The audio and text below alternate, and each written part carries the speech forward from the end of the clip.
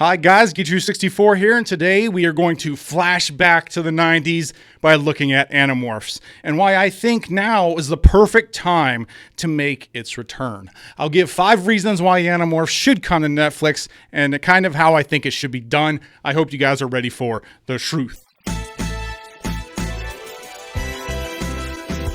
Oh, geek. True. 64. Geek. Truth. Geek. True. 64.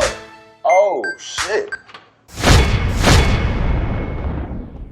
Let's start by looking back at what Animorphs was. So back in the late 90s, this book series was right on the top of most kids' reading lists. It was right there with Goosebumps. Written by K.A. Applegate, the first book dropped in June 1996, and I just remember seeing it at the Scholastic Book Fair when it came to my school. I was immediately struck by the covers as a kid. I actually read book number 4 first because it had a dolphin on it, so I totally read them out of order. But I was hooked. And I continued getting every book in the series as it released. All 54 books in the main series, 4 Megamorphs, 4 Chronicles books, and 2 choose-your-own story books called Alter Animorphs. The series finally ended in May 2001 with issue 54. Animorphs came in at a total 64 books. There was also a short-lived TV series on Nickelodeon from September 98 to October 99 for a total of 2 seasons and 26 episodes. The series never reached the popularity of the books, and that was mostly due to the low budget allotted to the show and the emphasis of special effects to truly bring any part of the books to life on screen. Now, I enjoyed the show a lot for what it was, but it was a far cry from the books. So now that we have covered some of the background, let's get into my 5 reasons why Animorphs should come to Netflix and how I think it should be done. Let's go. Number 1, Netflix has money. You need money to do an Animorphs show properly. People used to rag on the old Animorphs show all the time because it felt cheap. And it did. I think they did a great job with what they had. The cast was fun and enjoyable. The show was cheap, but it had charm to it. Special effects now are ions from where they were back in 1999. We can now bring alien races like the Hork-Bajir and Andalites to life properly. Animorphs actually developed many alien races over its run, and it'd be cool to see things like the Helomicrons or the Howlers brought to screen. All of these things were literally impossible to do with the limitations of the previous television series. Number 2, a movie can't work. What I mean by this is that it can't work as a movie. Animorphs can only work in an episodic format. I've wanted an Animorphs movie ever since the 90s. I thought it was the only way to serve the book justice, to properly capture the scope of the books. But with shows like Game of Thrones and Stranger Things, Westworld streaming, television has changed so much. TV now, more than ever, can not only capture scope, it can surpass what movies can do due to sheer runtime and quality. The Animorphs books are essentially episodic, with each book focusing on a different story from the perspective of different characters. While the overarching story is obviously about defeating the Yeerks, there are books with the Ellimist and the Cryat, episodes in the future and on other planets. There's the David trilogy, which deals with a 6th Animorph. The stories inherently lend themselves to a show. Due to the way the books are written, it just makes sense. Each season could lead to significant wins or losses against the Yeerks, culminating in a win or a loss, while telling individual stories, each from different characters' perspectives. You would lose out on all of that if Animorphs was a movie simply because of its reduced runtime. So Animorphs needs to be an actual show. Bringing it to Netflix is the way to do it. Number 3, the nostalgia factor. So Animorphs doesn't have the same following as something like Harry Potter, but kids in the 90s remember these books.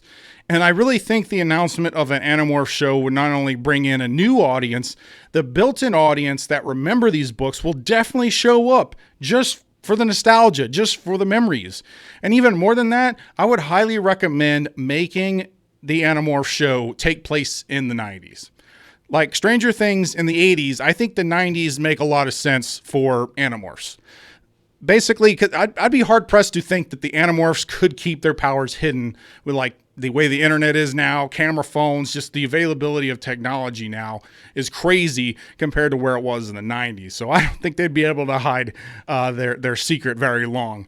So making it take place in the 90s would not only create good nostalgia for the 90s, which a lot of people have nostalgia for, but it narratively helps the story. In a way, Animorphs could be a spiritual successor to Stranger Things in that way. Number 4, Netflix competition. Netflix is about to go head-to-head with the mouse, and it's going to be an uphill battle. Disney is not only about to drop its own streaming service with Disney Plus, it also owns majority share in Hulu.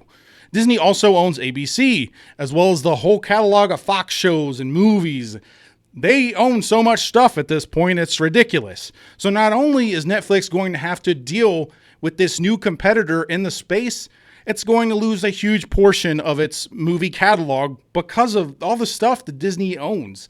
And like, for instance, Netflix has already lost Marvel Netflix universe. The Marvel Netflix universe has been decimated due to this deal. Luke Cage, Jessica Jones, Iron Fist, and Daredevil. Gone. Wiped from Netflix. Now more than ever, Netflix needs IPs, or intellectual properties. Animorphs would be a perfect IP that Netflix could most likely pick up on the cheap. Now, I don't know who currently owns the streaming or the film rights to Animorphs, but I do know that they aren't doing anything with them because there's been pretty much no news outside the last couple years. Animorphs could not only provide a solid show with an existing audience, it could fill out a universe. Animorphs could certainly spin off into new series. The reason Stranger Things can't do this is due to the way that its narrative works. It's a smaller story in a limited world, and every season kind of follows some of the same beats with minor twists. There's not a whole lot to expand on here. Now, Animorphs spans all kinds of stories, characters, and worlds. You could do a limited series covering how the Andalites gave the Yeerks the power of spaceflight. You could see the Hork-Bajir Chronicles, how that race fell to the Yeerks. You could even explore the initial Yeerk invasion of Earth, or just do a whole story around Elfangor before he crash landed on Earth and gave the Animorphs the power to morph. Or explore the Elemist. All these things are just, there's so many possibilities, and Netflix could explore as much as they want. There's so much stuff to pull from here if they wanted to. Number 5, morally gray. There is no denying that the Yeerks are in the wrong in this story. They are evil aliens who invade worlds and enslave the population.